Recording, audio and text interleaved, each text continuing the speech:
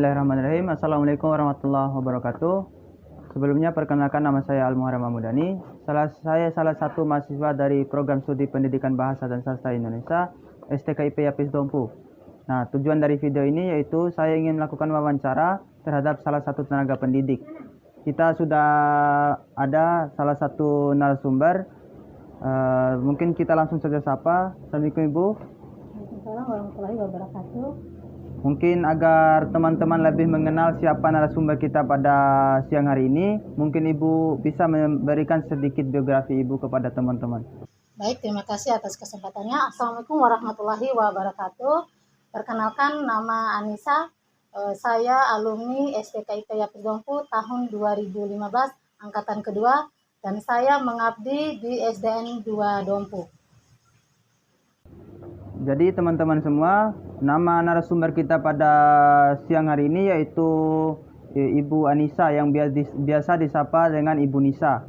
Ibu Nisa sendiri merupakan salah satu tenaga pendidik atau seorang guru di SDN Negeri 2 Dompu. Sebelumnya saya ucapkan terima kasih kepada Ibu yang mau menyempatkan diri untuk kita wawancara pada siang hari ini. Ada beberapa pertanyaan yang akan saya tanyakan. Pertanyaan pertama yaitu, sejak kapan Ibu menjalani profesi sebagai guru? Alhamdulillah, saya mengabdi sebagai guru sejak tahun 2015, tepatnya pada tanggal 1 September 2015.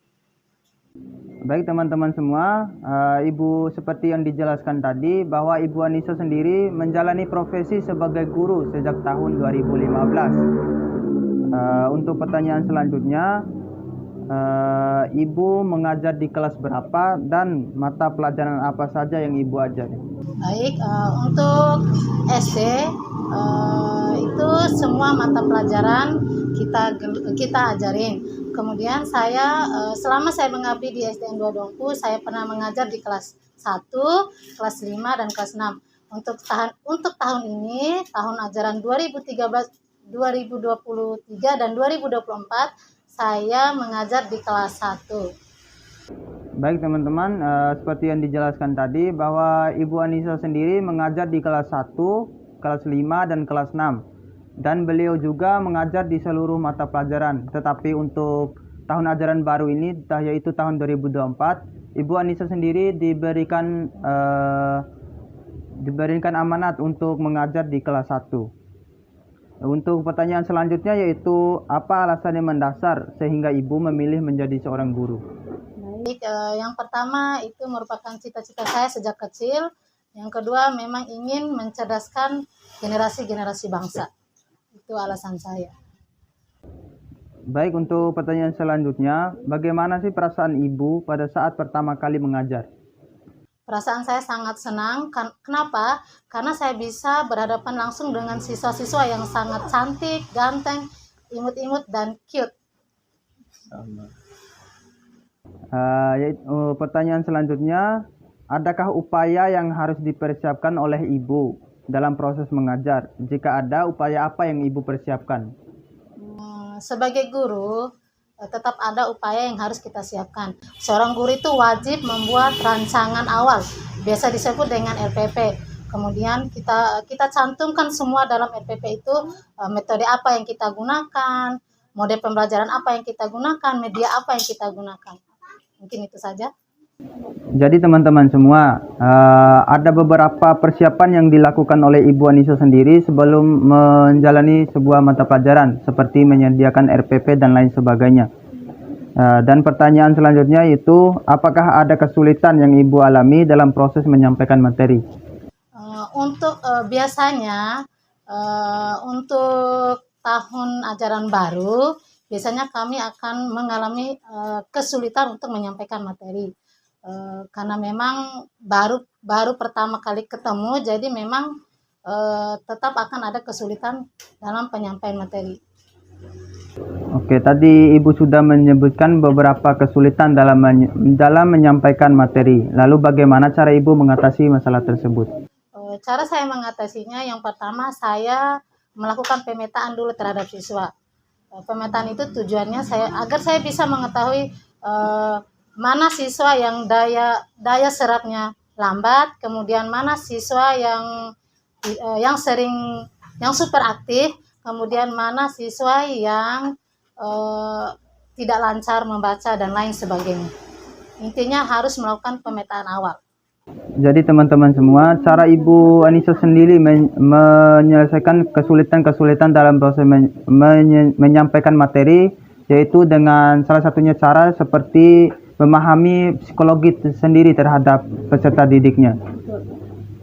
Untuk pertanyaan selanjutnya yaitu, menurut Ibu, bagaimana cara mengatur waktu yang baik antara mengajar dengan aktivitas lainnya?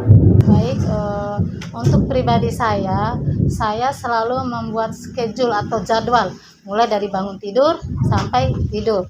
Bangun tidur, jam sekian saya harus sholat subuh, jam sekian saya harus berangkat sekolah, jam sekian untuk masak-masak dan lain sebagainya. Jadi waktu saya antara mengajar dengan keluarga saya tidak terbengkalai. Begitu. Dan pertanyaan selanjutnya yaitu, apakah ada pengalaman yang berkesan bagi Ibu selama menjadi guru? Ada. Yang pertama itu selalu diingat oleh siswa. Meskipun mereka sudah ke jenjang yang lebih tinggi, mereka selalu menyapa kami sebagai yang notabene-nya menjadi guru di SD-nya mereka. Jadi dapat disimpulkan bahwa jasa guru itu selalu dikenang sampai akhir hayatnya. Betul.